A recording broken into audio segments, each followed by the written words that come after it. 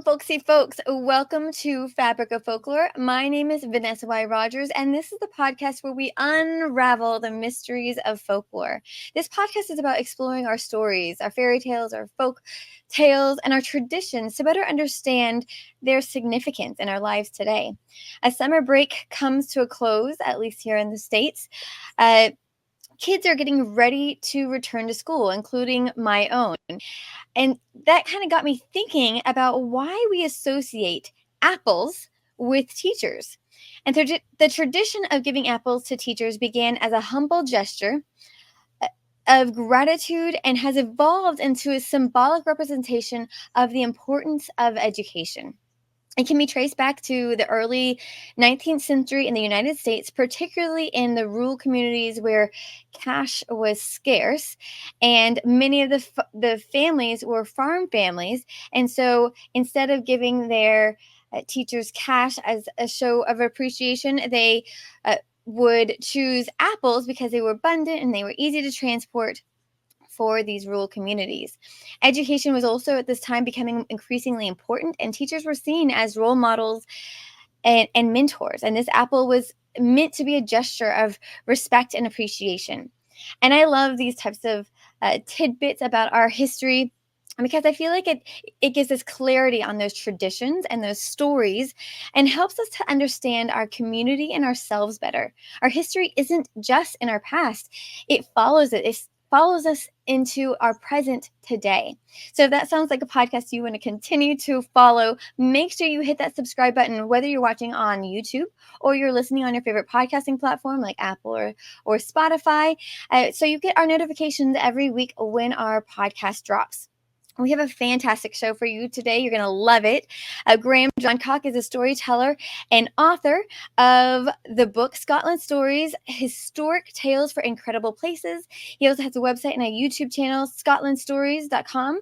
He has a passion for Scotland's history and folklore. His goal is to share stories from the past in an engaging way and help travelers to Scotland develop a deeper appreciation of his beautiful country. We'll be discussing all things Scottish stories and folklore today. Obviously, we won't be able to cover all Scottish folklore because that would require days upon days because Scotland's folklore is rich and deep. But we were going to be touching on some topics such as fairies and picts, giants and stone circles, as well as traveling in Scotland. So hopefully we get to all of those topics because there's so much to cover. So thanks so much for joining us, Graeme. Oh, thank you very much for having me. Well, so let's get started. And I like to ask usually how you got started on this journey. When did you really become interested in stories and storytelling, and specifically stories from Scotland? I think as a kid, I've always thought I was very interested in history, put it that way. And after going to university and studying history, you soon realise that it's the stories that you enjoy. Because you go to university and study history, you lose all the fun stuff. You don't look at that anymore. It's all down to really nitty gritty, the boring bits. So it turned out it was all like the big stories that I liked. And my sort of journey with Scotland stories anyway started as a pure accident. In 2020, when we were locked down, stuck at home, couldn't go anywhere, and had a lot of extra spare time, and I started putting out some stories on social media, just things that I had always enjoyed and things. I was always that annoying person when you're out with friends who you'd go anywhere and they'd be like, "Oh, did you know this? And did you hear about this?" And then people were sick of hearing it. So I started putting it out on social media, and it turns out some people were interested in hearing it. Yeah. And it really sort of showed me how little actually people in Scotland and myself included actually knew about stories here. As a kid, as a Scottish kid, you don't grow up hearing Scottish stories. Really, you grow up with things like Disney, which is all just the Grimm's fairy tales but sanitized. You grow up with, when it comes to myths, I used to love like the Greek myths, Greek mythology, the Viking gods, all that kind of stuff. Loved it. Had no idea really that we had sort of things, our own things. So I think that's changing now. You know, apart from, you know, everybody grows up knowing about the Loch Ness monster. That's about it. Yeah. But apart from that, yeah, we've got lots and lots of older stories and sort of fairy tales. Those style of stories, people just don't really know about them. I think. So I always imagined, and maybe I have this completely wrong, but I always imagined that, you know, families in Scotland would be more of the storytelling type, where they would sit around and tell more stories, as opposed to what we do in the U.S. Is that not the case? Do you not feel like Scottish people are more prone to storytelling? They are. I think a lot of it depends on where you're from. A lot of Scottish stories are tied to places.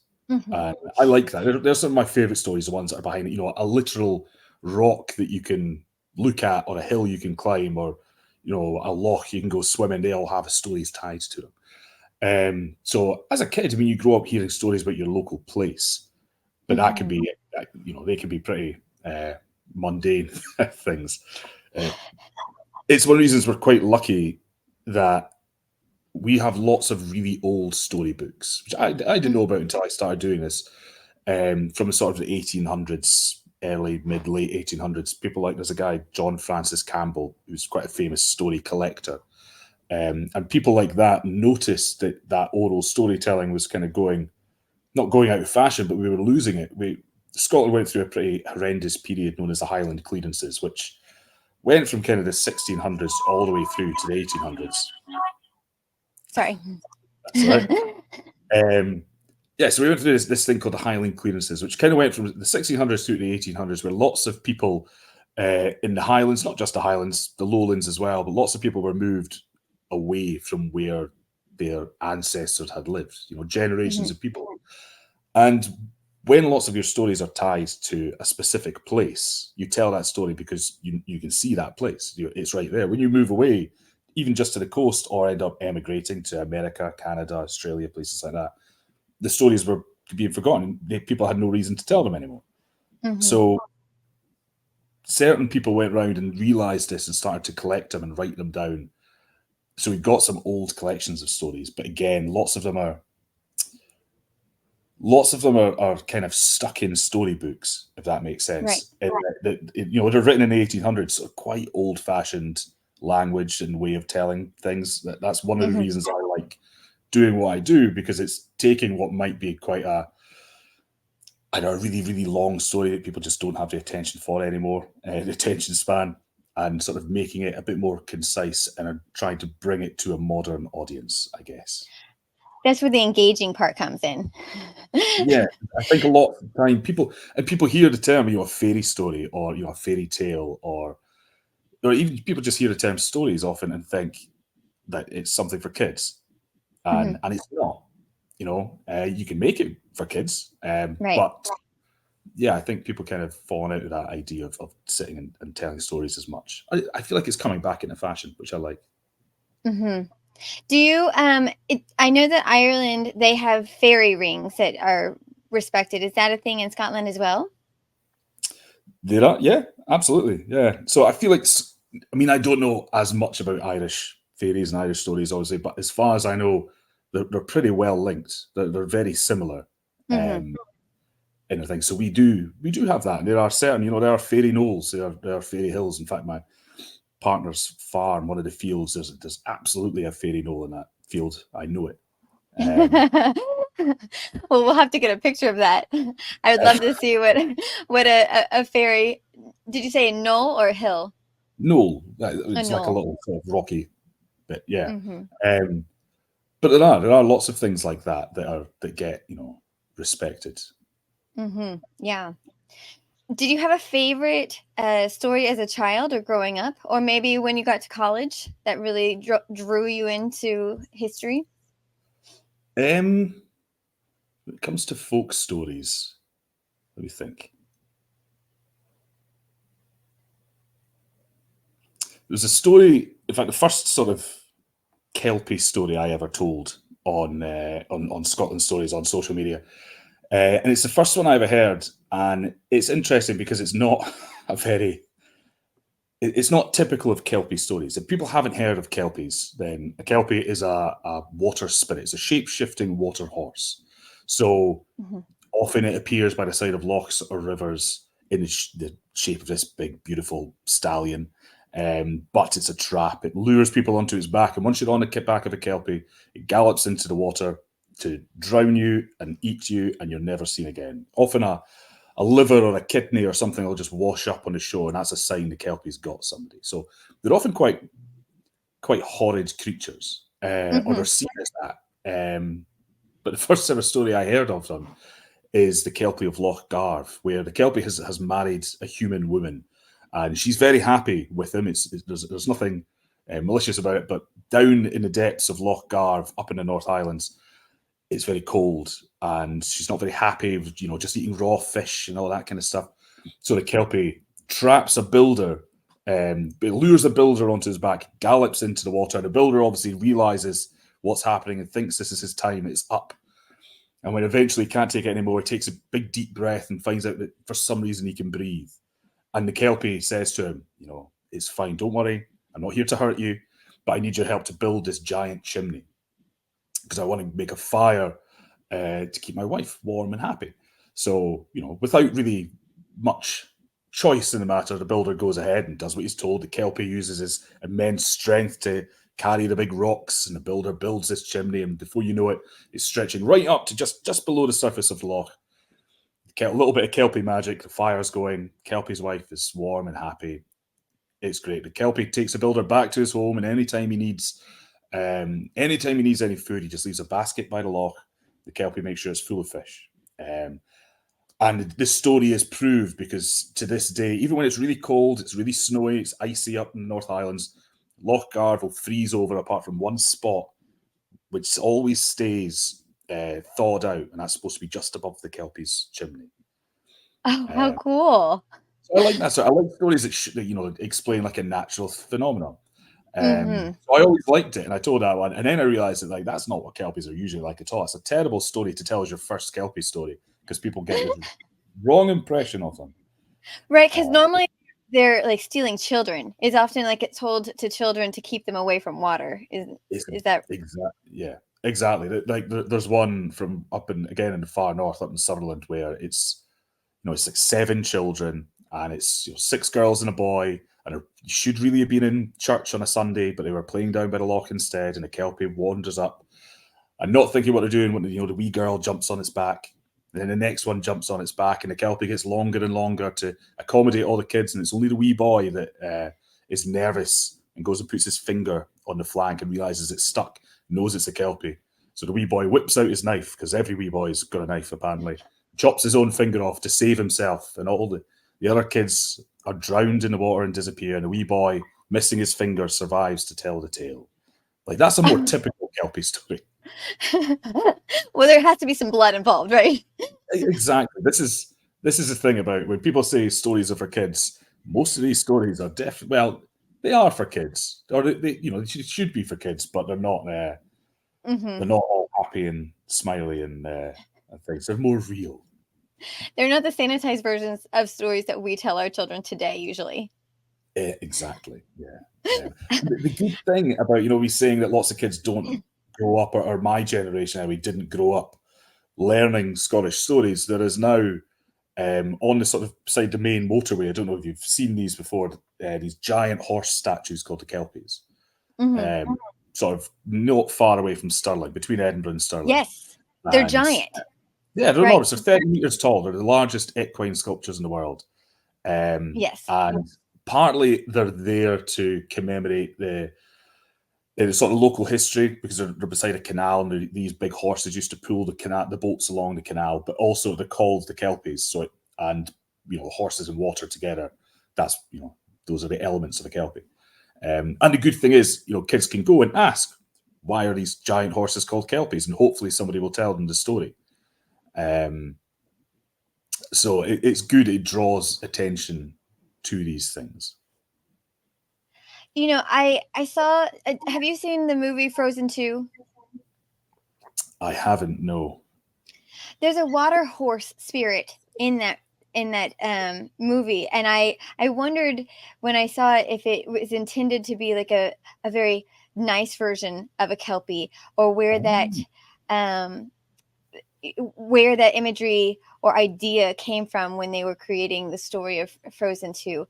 So I'll have to find someone, because there's quite a bit of folklore in both of those stories, and so I'm interested. And I think it's supposed to be in the Norwegian area, or like so not necessarily Scottish, but they also have kelpies and selkies, I believe, in Norway and Sweden, in those areas, I believe. I don't know if they have. They definitely have selkies. I don't know if they do have kelpies, but they might have what. So in Scotland, we've got what we call the Northern Isles, which are Orkney and Shetland, and they, up until the mid 1500s, oh no, sorry, mid 1400s, they were part of Scandinavia. Like, they'd been conquered by the Vikings for 600 years, and they only got them back because the Danish king didn't pay his bill, something like that. So anyway, so they've got this really unique mixture of folklore. You get folk creatures up there that you don't get in the rest of Scotland. So they don't have fairies, but they have things called trows. And trows are kind of like the Scandinavian troll, but with all the characteristics of a fairy.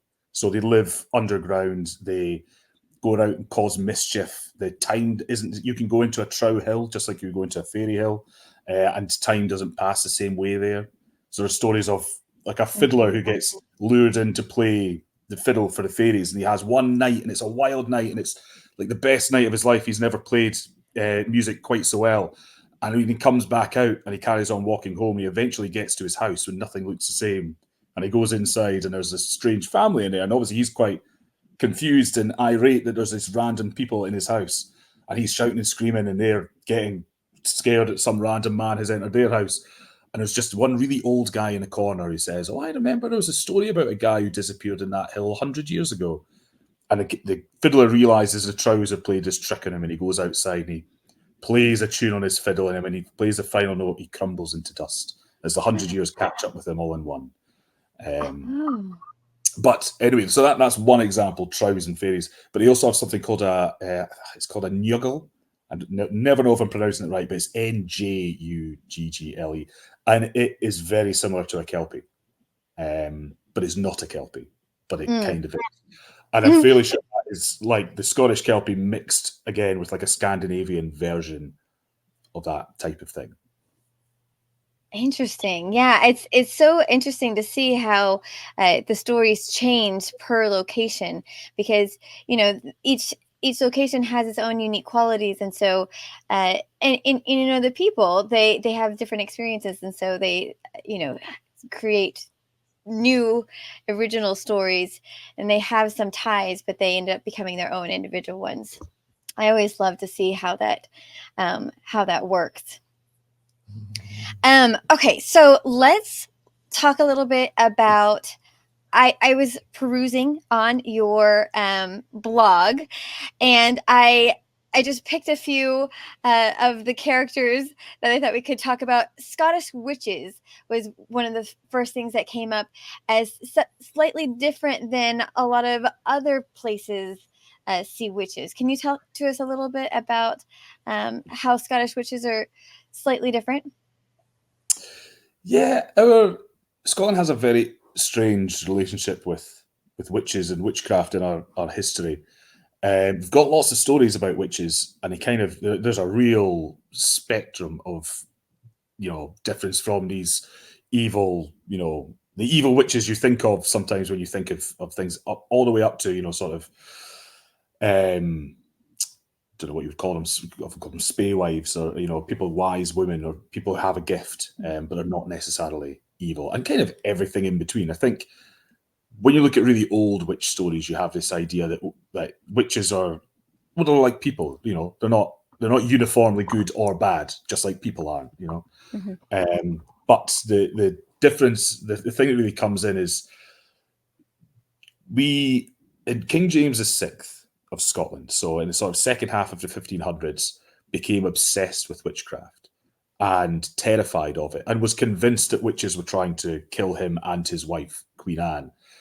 So he really ramped up this sort of negative press, if you like, wrote a book called Demonology, all about, well, it was all about demons and things, because witches were considered to have get their power from the devil. So it was all about the devil and demons and things like that. But it was a large part about how to hunt witches, how to find witches, and things took off. So being a witch was technically already illegal, but nobody really bothered about it. It was only after that suddenly, over the next sort of 100 years or so, there's somewhere around 4,000 plus people were accused and tried for witchcraft.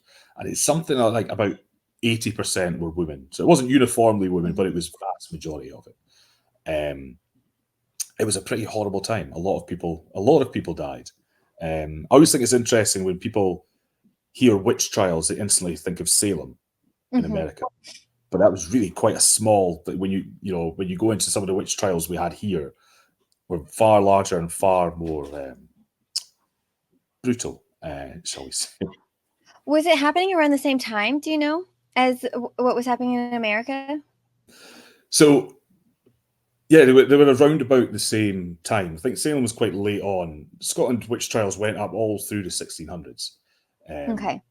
Anyway, there were little pockets, and then things would die down for a while, and then there would be this idea there was like a frenzy going around, and it would flare up again. But it did. It really. I don't know. I don't know what I was going to say there, but what point I was going to make. Was that the same King James who's attributed to writing the King James version of the Bible? Yes, exactly. So James was a very intelligent man. Actually, he gets called the wisest fool. Is one of the sort of nicknames attributed to him. And he wrote a lot of things. He was a very learned man, but he also had this idea of the divine right of kings, that he had been chosen by God, which is probably why he thought of himself as such a natural enemy to witchcraft and all things evil. What's in the demonology? Demonology or demonology? Demonology. What's in that book? I'll be honest, I have not read it cover to cover. It's a very hard book to read. I do have it. I own it. It's sitting on my shelf right over there. And I've tried, and it's tough.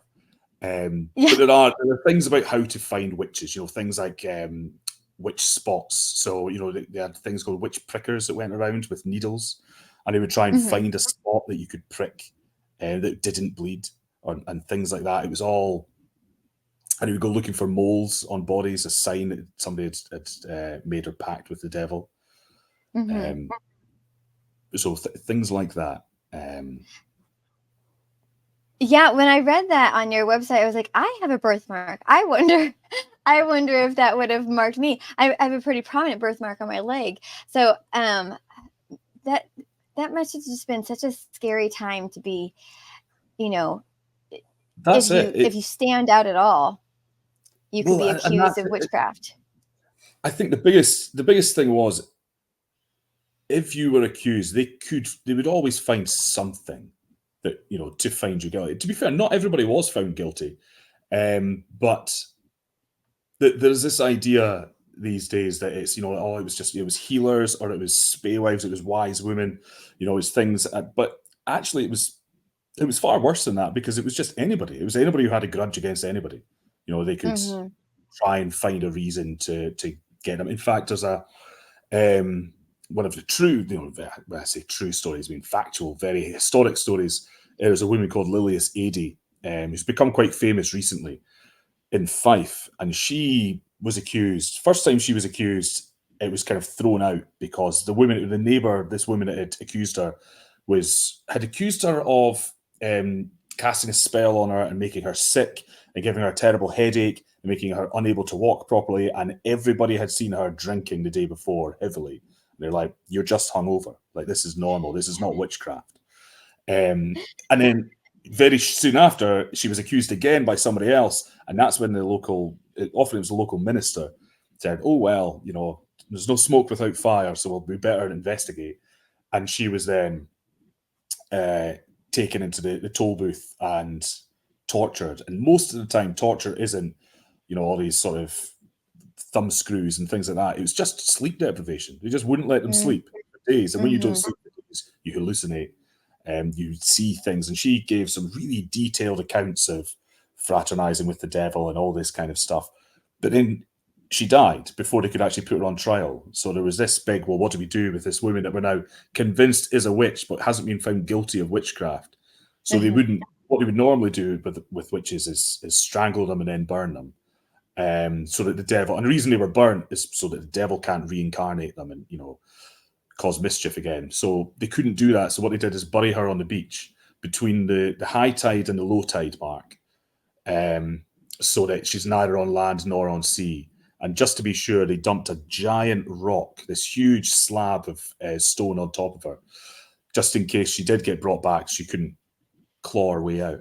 And the rock is still there, that big stone. And that was only just found. This is a good example of old stories that have a grain of truth in them. There was always this story that this had happened, and everybody knew in the local area, but probably only in the local area, that Lilias Adey, the witch, was buried on the beach, but nobody knew where. And then it was during lockdown, one of the archaeologists for the council decided, as a little mini project, he was going to find it. And him and his friend just walked up and down the beach until they found this giant clump of seaweed. And when they pulled it all back, there was this big stone. So it's just been sort of refound. Have they tried to excavate the tomb at all? I don't know if they have. The problem is that she was already excavated, sadly, by antiquarians. So, 100 years or so after this all happened, when people aren't really afraid of witches anymore, she was dug up, and they made, people made like walking sticks from her coffin as sort of things to hand out to people, and her skull went around. So her skull is still missing. I know that much anyway. Her skull got taken out and given to like a professor at St Andrews University, and then it went from person to person, and now it's just disappeared. But it's weird. It's awful. Yeah, absolutely. I'm glad that's not happening today. No, and it always makes me quite nervous to tell stories about witches, because we have some really good witch stories where the witch. Sometimes there's a story called The Witch of Laggan. That is very much along the lines of, an evil witch.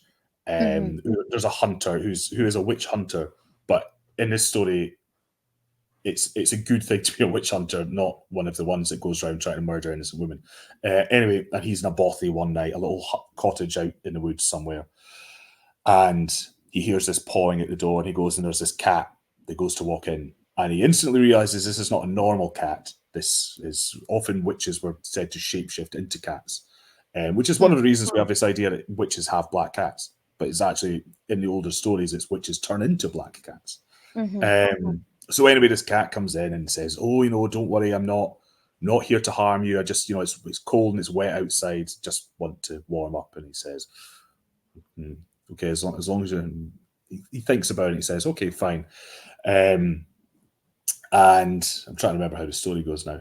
And the cat asks him to take one of its hairs and tie it around his dogs. So he's got his dogs there, hunting dogs, and he's scared of the dogs. So tie up the dogs. And he goes to pretend to tie up the dog, and he actually ties the chair leg instead of the dog, so that when the cat suddenly gets bigger and bigger and bigger and bigger, and so big that it then says, your fellow witch hunters are dead, and I'm here for you, and this is your final hour. The dog jumps on it, and between the two of them, manage to kill the Witch of Laggan, or they manage to chop off an arm, actually. And the cat disappears off into the night. And then when the hunter gets home to tell his wife this story, before he can even get the story out, she says, "Oh, you'll never guess, the Spey wife of Laggan. She's in her bed. She's horribly ill. Something's happened to her. She's going to die." And he realizes that this is the witch. And he goes off and he whips back the bed sheet, and there's the Spey wife lying there with her missing one of her limbs, because it's the one that he chopped off when she was in the form of a cat. And anyway, there's stories like that where witches are evil and bad things to hunt down. But there's also stories like there's a story from the Borders where it's a farmer's wife, and quite often witches are just farmers' wives. They're in disguise, and her only thing that she does is basically make milk out of a little special tab in a wall. And some guy tries to, spies on her and sees her pouring out a jugs full of milk from this little tap in the wall. And then she goes off and he decides he's going to do it himself to get some of this lovely fresh milk. And he goes and turns the tap and it pours up this jug. But then it just keeps pouring because while he managed to turn it on, he can't turn it back off again. And he's like flooding the farmhouse full of milk. And the farmer's wife runs in, slaps him around the head and then turns the thing off and shouts, you've made milked every cow dry between here and the border. And it's this idea that witches, often their biggest crime is like stealing milk from cows. That's the big bad. But it's kind of like a jovial story rather than a horrible story. Yeah. But the problem is nowadays there's quite a witches. It's in Scotland. Witches are quite a hot topic at the moment. Quite a hot topic is probably the wrong way to put it. They're quite a there's a lot of conversation going about this thing. There's a lot of campaign work going in to try and get witches, all the people who were convicted and executed for witchcraft, getting them an official pardon. Oh, really? Yeah, so it's quite a big thing because it's such a large part of our history for a long time. It really changed the landscape in Scotland. But it means that people are quite sensitive about it. So I get nervous sometimes when I tell a story about a witch that someone's going to shout at me. Yeah, that's understandable. You mentioned earlier when you were talking about, growing up with Greek mythology, and the last podcast fairy tale flip episode that I did, which is a monthly episode that I do with Donnelly Fields, and we just kind of flip a fairy tale on its head and kind of dissect it and try and figure out its origins and its significance. And we did Finn McCool. And towards the end, I had researched that Napoleon actually slept with a book of Celtic mythology under his pillow. And I was kind of astounded by that because I as well have not heard very much Celtic mythology. And yet, obviously, there is quite a bit out there, but we're inundated with Greek mythology. We hear it all over the place. There's, a kid podcast that we listen to with my kids. It's all about Greek mythology. And then there's all sorts of takes on Greek mythology, revamps on books. But you don't hear much about Celtic mythology. And I just was so curious as to why. Where did those stories go, and why is it not more widespread, do you think? It's interesting. So that book that Napoleon slept with, it was the Ossianic Tales by James Macpherson, who's a Scottish author. And so he claims to have uncovered all these old manuscripts and then went around the Highlands and Islands and taken down lots of oral stories of Finn McCool and the Fianna, written by Ossian, his son. The Ossianic Tales, the blind bard Ossian, who's got lots of great stories. And what's interesting is lots of people in Ireland got very annoyed at this because they said that those were their stories that he had stolen. But these are what I would say is these are. It's not so much Celtic; it's very Gaelic stories, and Gaelic is something that crosses the Irish Sea between Ireland and Scotland. Only certain parts of it, but the stories are older than Scotland and Ireland. If you know what I mean, they come from a time. The west coast of Scotland, there was what we call the Kingdom of Dalriada, which is what eventually became kind of merged and made Scotland. But that kingdom stretched from the west coast of Scotland and took in the north of Ireland.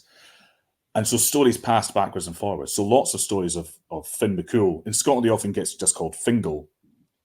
But Finn McCool or Fingal, those stories, almost all of them have some of it is set in Ireland, some of it set in Scotland. And there's not this idea that he's changing countries, just, it was there to move around. So what I do know is in Ireland, they do generally tell those stories more than we do in Scotland. And a lot of it comes down to the church, actually. The Presbyterian church that we had in Scotland, it was very strong, very strict. They were very into education and learning and reading and writing and reading the Bible, really. And lots of that was to try and get people to stop telling these old stories of, Celtic, Gaelic myths and heroes and things, and get them telling the stories from the Bible of Jesus and the disciples and, all that kind of stuff instead. So they are still told, just not quite as much. Mm-hmm. Yeah, it is. But I would say, Finn McCool and the Giant's Causeway is probably the one story people have heard of, or have heard a version of, or know something of. I mean, I remember going there when I actually went to the Northern Ireland to the Giant's Causeway when I was, I don't know, must maybe like 10, 11, something like that, on a trip, like a day trip, and hearing the story. On Scotland, we tell the other end of the story from the Isle of Staffa, which is where the Giant's Causeway was supposed to have stretched to. But yeah, that's one story I think people have heard, but people don't know lots of other Gaelic stories. I mean, Fingal, Fianna, Ossian, the guy who wrote the books, is supposed to have been born in Glencoe. And it's one of the things that Glencoe, the Three Sisters of Glencoe, is one of like an iconic view in Scotland. Just about every tourist to Scotland goes to see the Three Sisters. And there's a historical story there, a massacre. It's a really, really sad, tragic story that everybody generally gets told when they go. But what you don't do is, if you just look slightly to the right, there's this enormous cave up in the mountain that it kind of blends in quite well. So if you don't know it's there, you don't see it. But that's supposed to be where Ossian was born, where his mother, because Ossian's mother had been transformed into a deer while she was pregnant. And he went off and was getting born there, and Ossian means young deer, I think. Yeah, people don't know that, and it's right there. Literally, thousands of people go past that every single day. How interesting!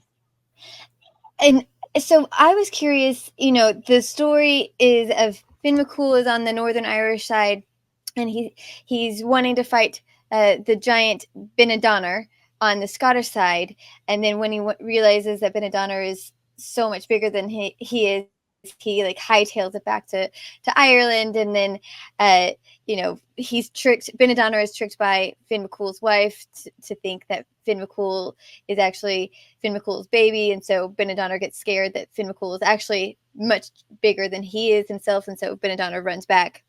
Right. But are there more stories on the Scottish side about Benadonner, or is that just basically the only one? As far as I know, that's it. I have looked and I've never found another one, which is strange. I mean, there may have been at one point, he may have been a famous giant, and we just don't have any stories of him. That they've all been lost. The people that knew those stories didn't tell them. It's one of the reasons I think it's important to write stories down now. I know that some people think oral stories, they lose something when you're not just telling, they don't get passed down that way, but they will lose themselves in entirety, I think, if we don't. As far as I know, Donna doesn't, and it's usually the way I like to end that story is the fact that Finn didn't just win his sort of fight with Ben and Donna. He won, he won everything. He won his cave. The cave that Ben and Donna lived in on Staffa, the island, is now called Fingal's Cave, even though there's no part of the story has Fingal in that cave ever. So it's that's what he won everything. He won the naming rights. He won the stories. Poor Ben and Donna lost his whole identity. The winner writes the history, right? Exactly. Yeah. That's so interesting. Yeah, and so I know, the people prior to St. Patrick, the people who lived in Scotland and Ireland, the Celts and the Picts, were said not to have any writing systems. But I have heard that there are conspiracy theories that they actually did have writing systems, but the Catholic Church have stolen them away so that people don't actually have access to those stories. Do you hear those conspiracy theories as well? I've never heard that. No. No. I wouldn't say. I'd be very surprised if that's right, because there was. I mean, there was writing. We have. Trying to think what we've got. The thing is, so the Picts themselves, who are the people that lived on basically for the vast majority of Scotland, or what was become Scotland, was lived in by the Picts, and the Picts are just. The sort of Pictish period starts when the Romans leave Britain, and the Romans. Basically, they set up base in the south of Scotland. They never really managed to do much in the north. but they fought the tribes that lived in the rest of Scotland pretty regularly. And those, when the Romans were here, were all individual tribes, the Caledonians, people like that. By the time that they left, they'd kind of merged into this single identity because, when you have an enormous enemy, it's natural to sort of merge together to try and fight that. So that's when the Picts start. And the Picts didn't have a written language. There's never any evidence they had any written language. But what they did do is carve these amazing symbols and shapes and things on stones. So we have Pictish stones. And I love Pictish stones. They are like an absolute mystery because we don't know what any of the symbols mean. Some of them really seem obvious because it's it's a horse, a man on a horse, or it's a cow. But there's always going to be a meaning behind that. Why is that on that stone? Other ones, it's weird crescents, or there's what they call the Pictish beast, which often looks like a horse's head and a fish's tail, which to me sounds a lot like a kelpie. Wow. So we know nothing about Pictish culture. We know nothing about, because they didn't write anything down, and it was, like you said, everything was written down by churchmen. So it was, the abbots and things that lived in the things, they wrote in Gaelic or they wrote in Latin or occasionally in Gaelic. We do have, some of the stones have what you call ogham. Ogham is like I'm sure ogham came from Ireland. It's like an old alphabet, very like the sort of Scandinavian runes. It's lines with marks for letters, but we don't know what they know. They often know what the letters are, but they don't know what the words are. But yeah, so the Pictish culture gets essentially erased when they merge and become Scotland. But that's just because they didn't write anything down. And I think there's lots of things that we don't know what the origins are, which probably came from Pictish culture. They just got taken in. That's so interesting. And the Picts are called Picts because of how they paint themselves. Is that right? Well, so it comes from a Roman word. So the Romans called the people they met in Britain, not just specifically in Scotland, but lots of Britain, the Picti, which means painted people. But it was kind of a derogatory term. It was their way of saying to people back in Rome, like, look how barbaric these people are. We need to bring them civilization. But that slur essentially just gets adopted at some point to become the name for these people, and they start calling themselves the Picts. But yeah, and it was because allegedly they had these sort of tattoos, or they painted themselves before battle, or thing. It's hard to know. It's very hard often to take the Roman the Roman propaganda and find the truth in amongst that. Right. And it's sad and interesting that there was no translation. I mean, there were people who were writing at the time about these people, but they didn't try and translate. There's no Rosetta Stone, basically. No, that's what we're waiting for. Somebody to uncover that. And that would answer an awful lot of questions. There's lots of theories, there's lots of ideas about what things mean, and nobody knows. But yeah, it is amazing that we know that they were writing things down. The Picts existed from around about the 300s up to when Scotland was formed. So the 800s, mid 800s was when the Kingdom of Scotland starts. And we have things written. Although to be fair, we actually lost an awful lot of writing. Awful lot of Scottish histories and records and things were destroyed in the late 1200s, early 1300s. So maybe the answers were in there, and we lost them. Yeah. There was like a fire, or were they purposely destroyed?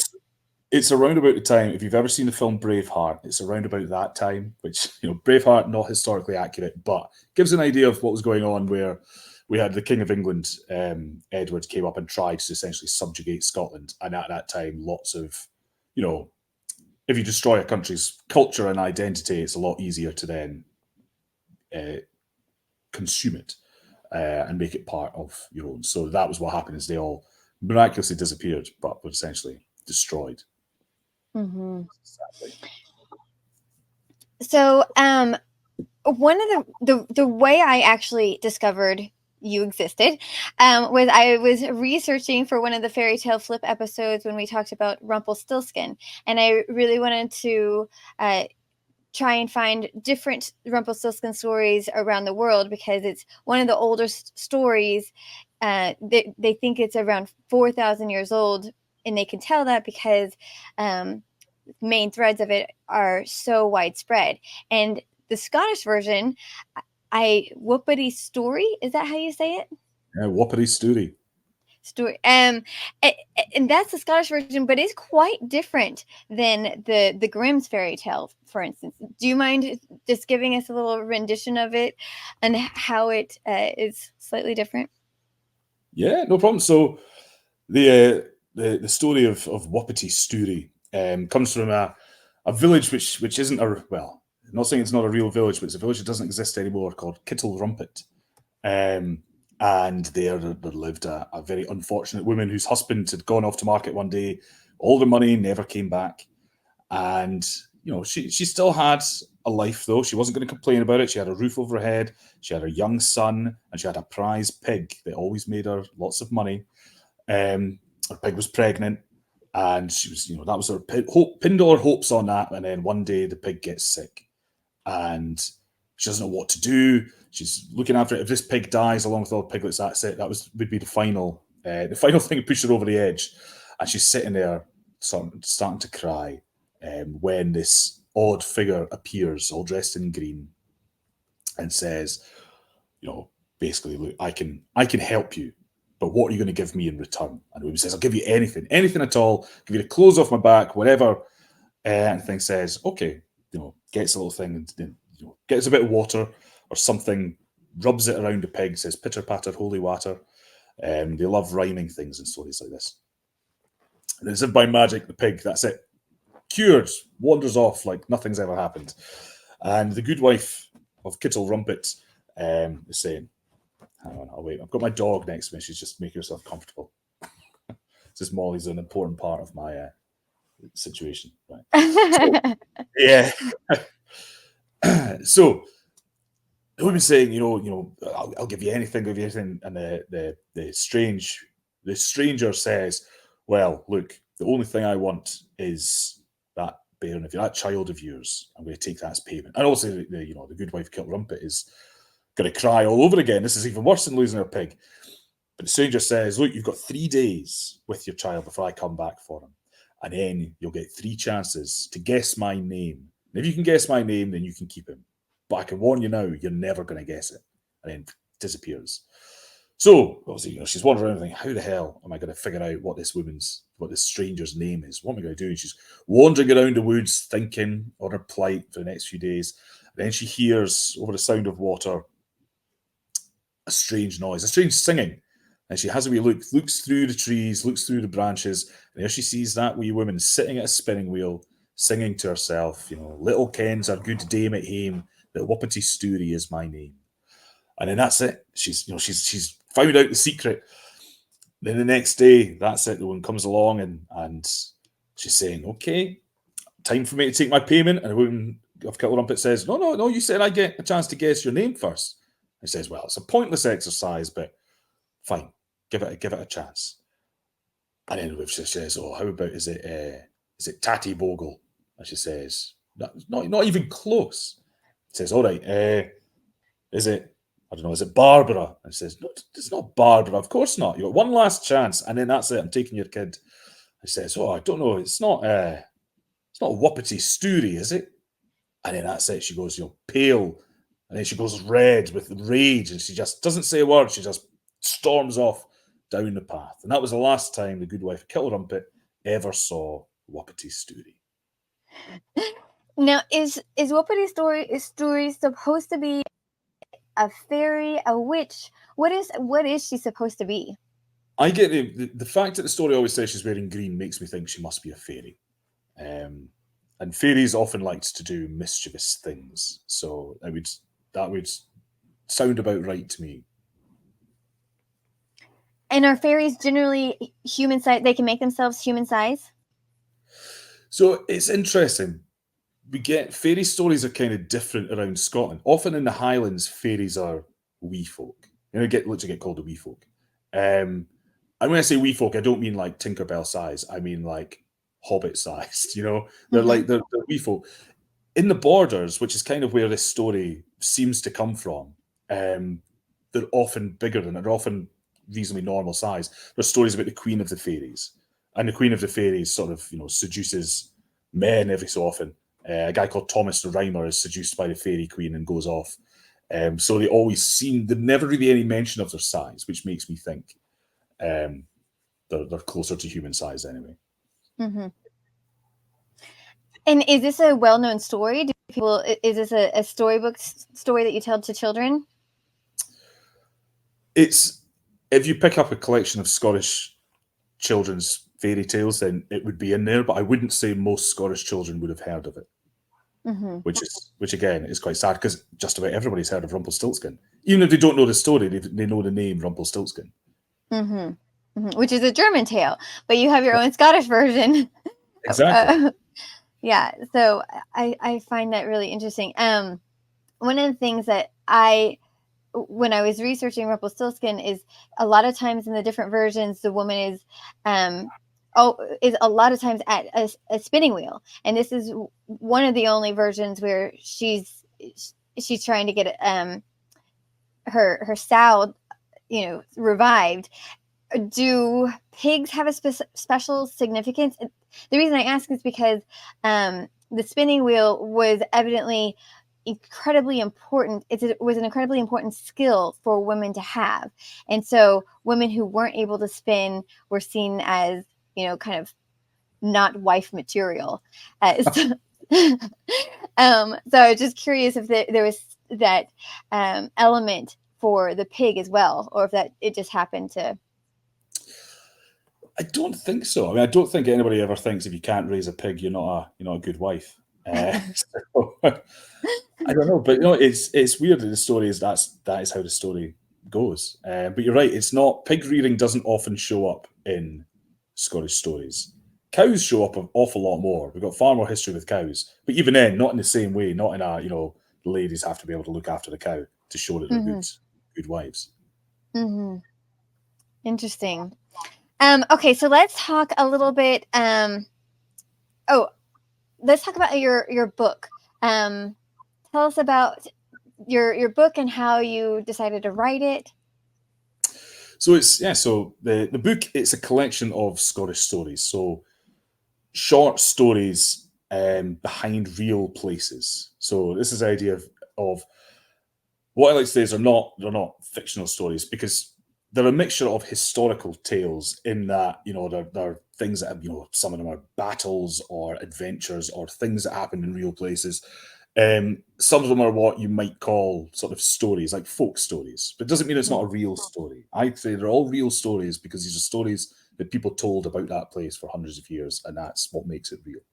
But that's it. The whole point is kind of half a travel book, half a storybook, in that it's all split up into chapters. Every single region in Scotland is covered, and you can go, if say you're going to Shetland, the islands of Shetland, you can take the book, you can open up the Shetland chapter, and you can find all these places that have great stories behind them, and you can go and stand in that place and see where the story took place, which is the thing that I always like doing when I'm going anywhere, is trying to find places with stories behind them. So they are kind of condensed. Some are longer than others, but they're kind of condensed to a point where they're easy to read and to understand without getting lost in the minute details.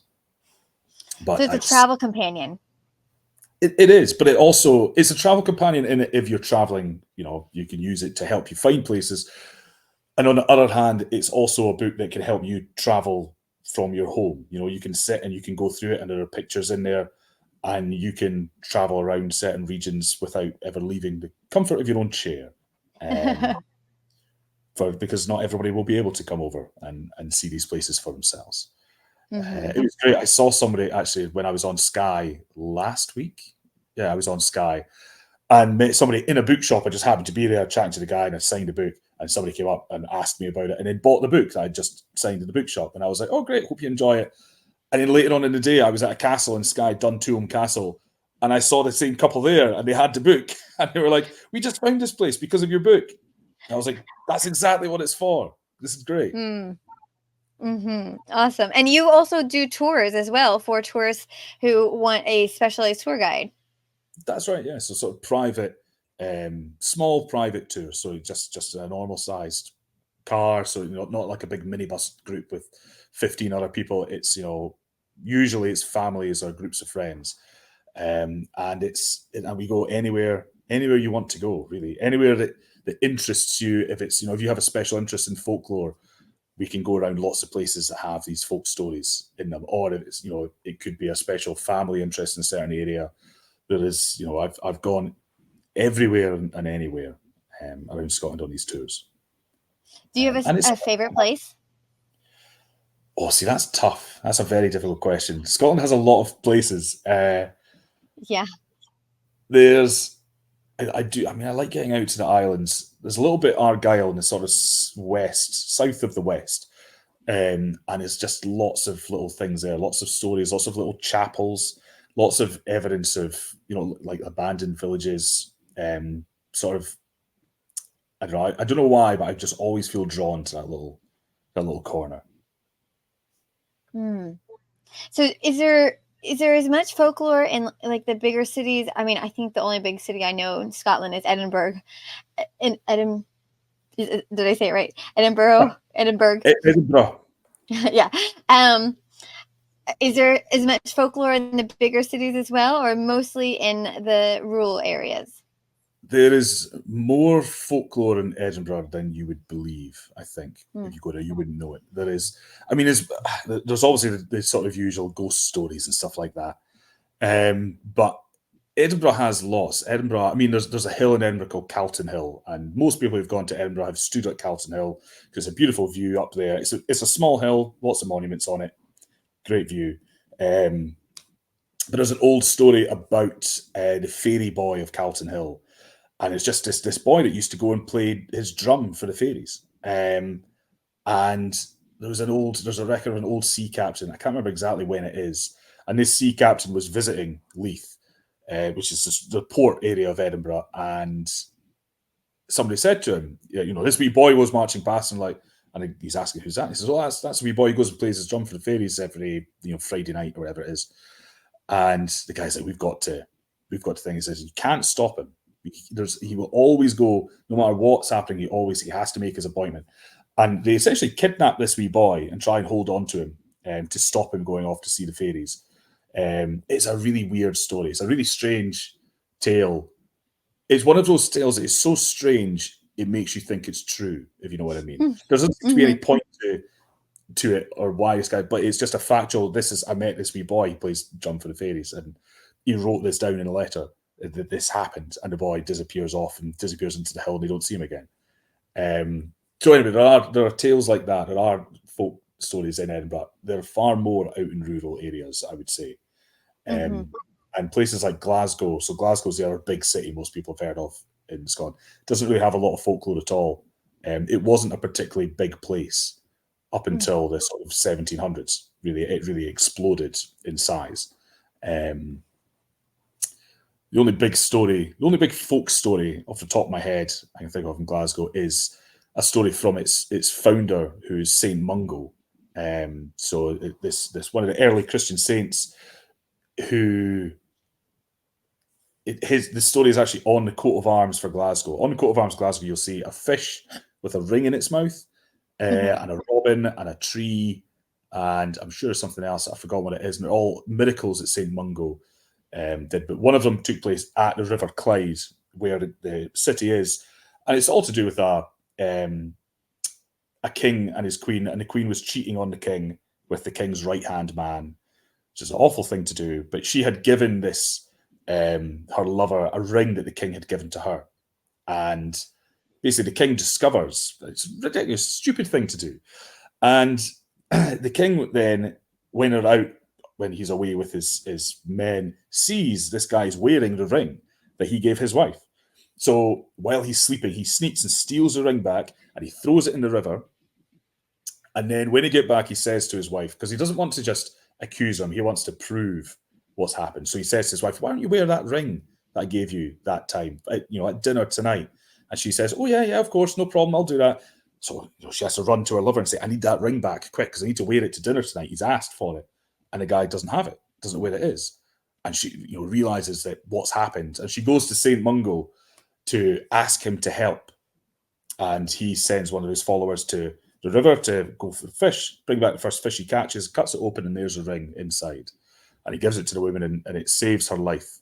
And it's also a really strange, it's a very odd story, considering that's essentially a Christian saint helping somebody get away with their infidelity.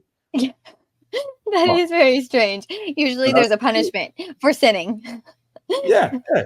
But lots of people in Glasgow will know that story because it's on the coat of arms that you see all over the place. Mm-hmm. That's fascinating.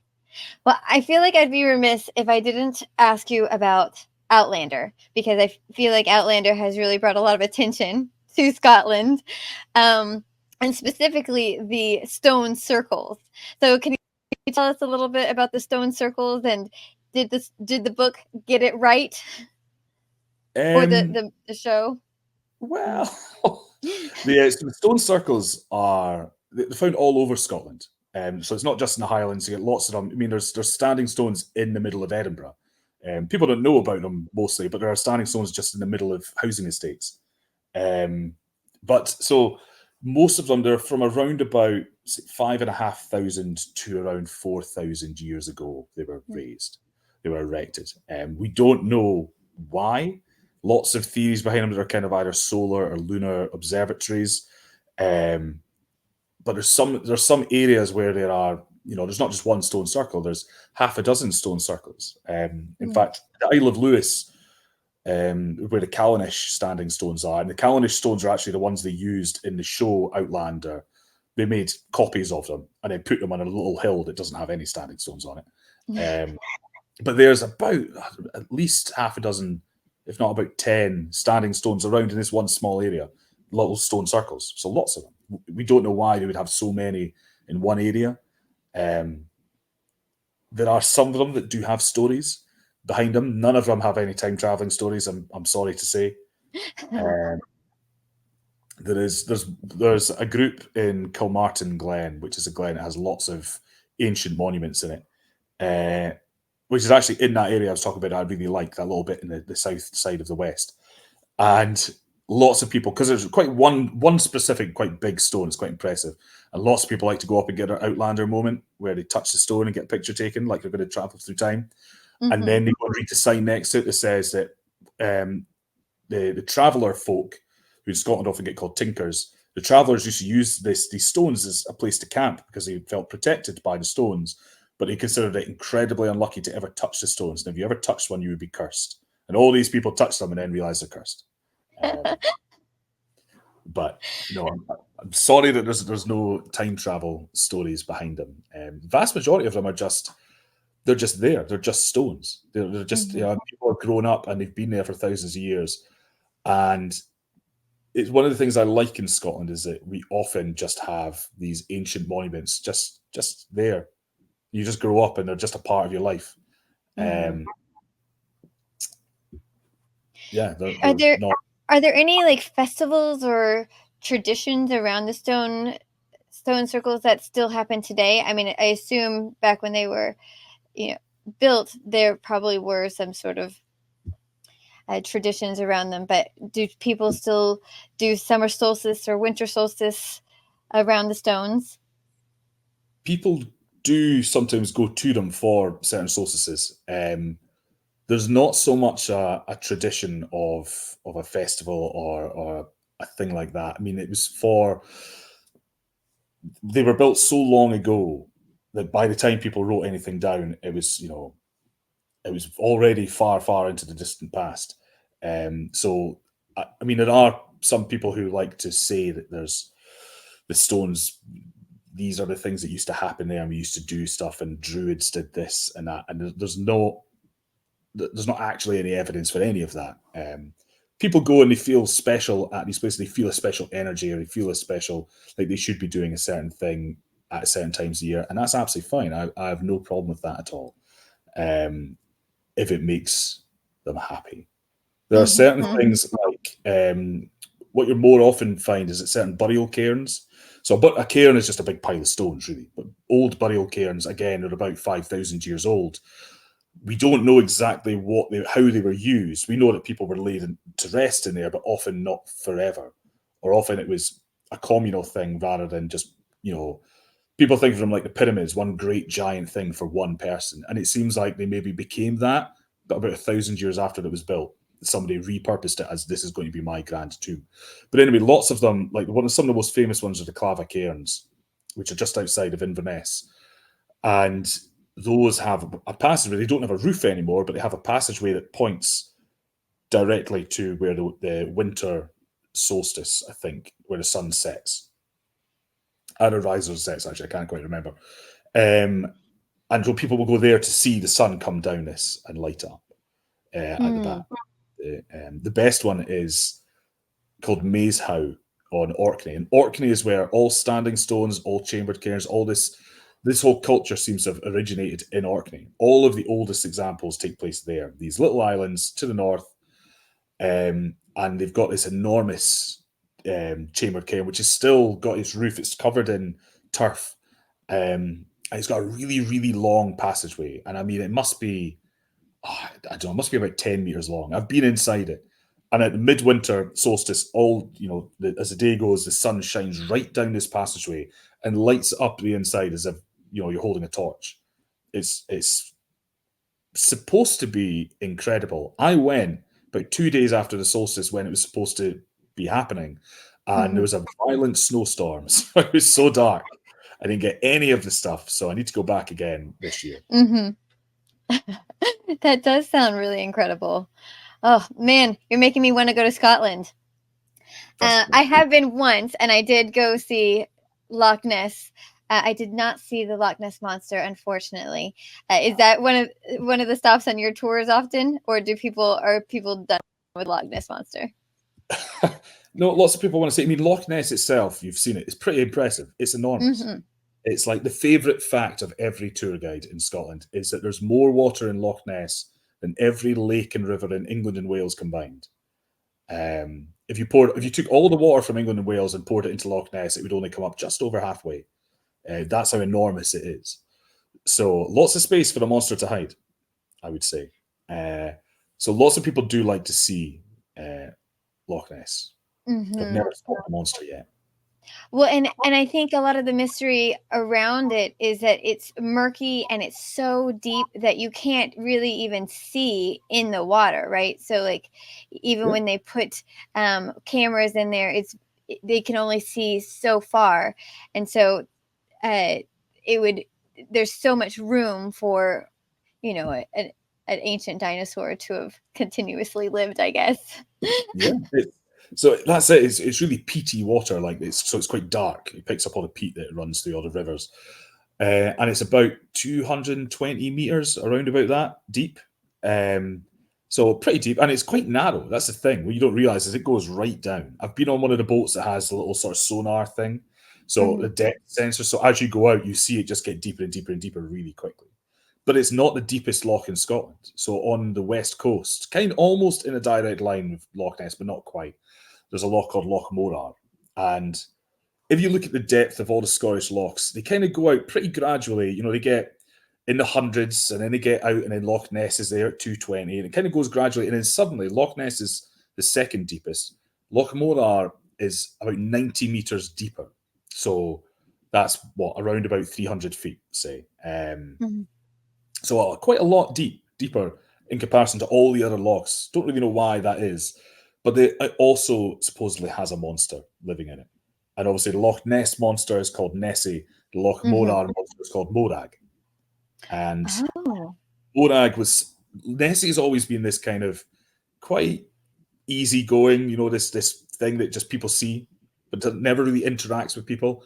Morag apparently was always an omen of doom, something bad was coming if you saw Morag, and she had attacked boats in the past, and things. And some people think that Morag and Nessie are one and the same, and that there's underwater passages that link the lochs. And that, when this is why you never find her, because when the Nessie hunters are in Loch Ness, she just goes on her holiday along to Loch Morar and hides out there until they're gone. Which is probably why she's annoyed. That's why she's always so happy there, because she's had to leave her normal home. Yeah. Well, I don't know if you read the Outlander books, but I think the theory in that one was that there's some sort of time travel circle in the loch, and so sometimes she time travels to different time periods, and so that's why sometimes she's there and sometimes she's not. Well, look, we can't prove that's not true, so we just have to go with it. Well, they're very long. There's 9 out. There's a 10th one coming, but each one is like the length of a Bible, so you have to be committed. Okay. So what have we missed? We've covered quite a lot. What is something that you feel like, have we covered everything? Obviously we haven't covered everything, but is there something that you feel like we need to cover? Oh, well, one thing I was going to ask, when you were talking about doing your sort of deep dive into certain folk stories, have you done one on Cinderella? A different version of Cinderella? We did donkey skin recently. Are you familiar with donkey skin? No, I don't think so. It's considered in the Cinderella cycle. It's very different, but it has the element of a ring that only fits her finger at the end. But it's not the original Cinderella story. It's a very different Cinderella. But that is one that I would like. What interests you about the Cinderella story? Well, so we've got one here called Ration Coty, which is very, very similar in that it's, a girl who it's not step, but it's a girl who just her parents don't like her.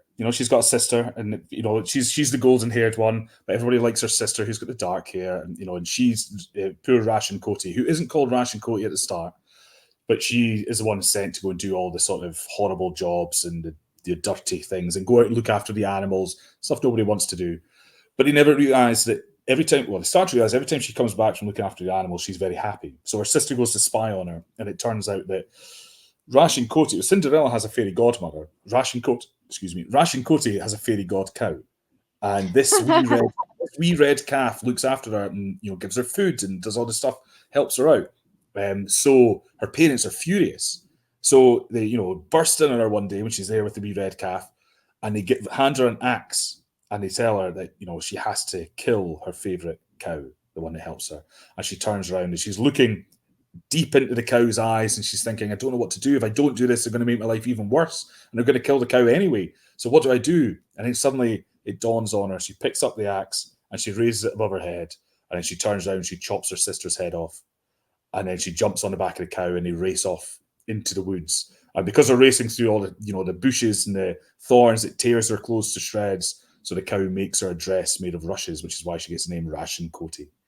And then the rest of the story is quite similar to Cinderella. She's working in a castle. In the kitchen, she gets a job. And then everybody, instead of going off to a ball, everybody goes off to the Christmas sermon in church. And she's stuck making dinner when she wants to go to church and listen to the sermon. So the cow gets her like a nice dress and some nice shoes and says, you go off and go to the service and I'll make the dinner for everybody by the time you come back. And obviously she comes in late, so everybody turns around and looks at her in the church, and she sits at the back, but the prince sees her and is, smitten, just like Cinderella. And, she rushes away and just leaves behind a shoe. And it's a similar sort of thing. The prince goes around trying to find whose foot fits this shoe, and some evil old lady chops her daughter's toes off so that it fits inside the shoe. And then, the wee red calf manages to send a little bird to go and tell the prince that actually the person he's marrying is not the person he saw in the church. Who he really wants is down in the kitchen. And they find him, and they all live happily ever after. That's a shortened version. But I love it. I love that. And so the cow talks. Yeah. It's a fairy god cow. Yeah. That's awesome. And you did say that there are a lot of cows in Scottish stories. So that is very fitting. Exactly. And I have heard that cows, I had a friend in college, and she was from a rural community in Texas, where I'm from, and she said she loved cows, and if she could have brought them into the house, she would have, because she thought that they made the best pets. Do you have that experience? Yeah, I love cows. Cows are great. Yeah, she said if it could crawl into her lap, she thinks she would have let it crawl into her lap. She just loved them. I do. I used to work with cows, so yeah, I'm a big fan of cows. They are very nice, gentle creatures. I would say most of them. Well, thank you so much for joining us today. That's all right. Thanks again. Thanks for having me. And thank you, folksy folks, for joining us on this Scottish folklore journey. We'll put up all of Graeme's links on my website, www.fabricafolklore.com. We'll put a link up for his book, his website, his YouTube, Instagram as well, so that you can follow him. And if you go to Scotland, you can take one of his private tours and learn all of the bits of history and folklore that you wouldn't have if you didn't have an amazing tour guide like Graeme Johncock. So let me see. I lost my outro. So if you enjoyed this episode, make sure, like I said at the beginning, you hit subscribe. If you're listening on your podcasting platform, if you're watching on YouTube, hit that subscribe button so you get notifications. And we're an independent podcast, so it really is helpful when you share the podcast. And that way we are able to grow and produce this information, this wonderful podcast to you. And thanks so much for joining us, and keep the folk alive.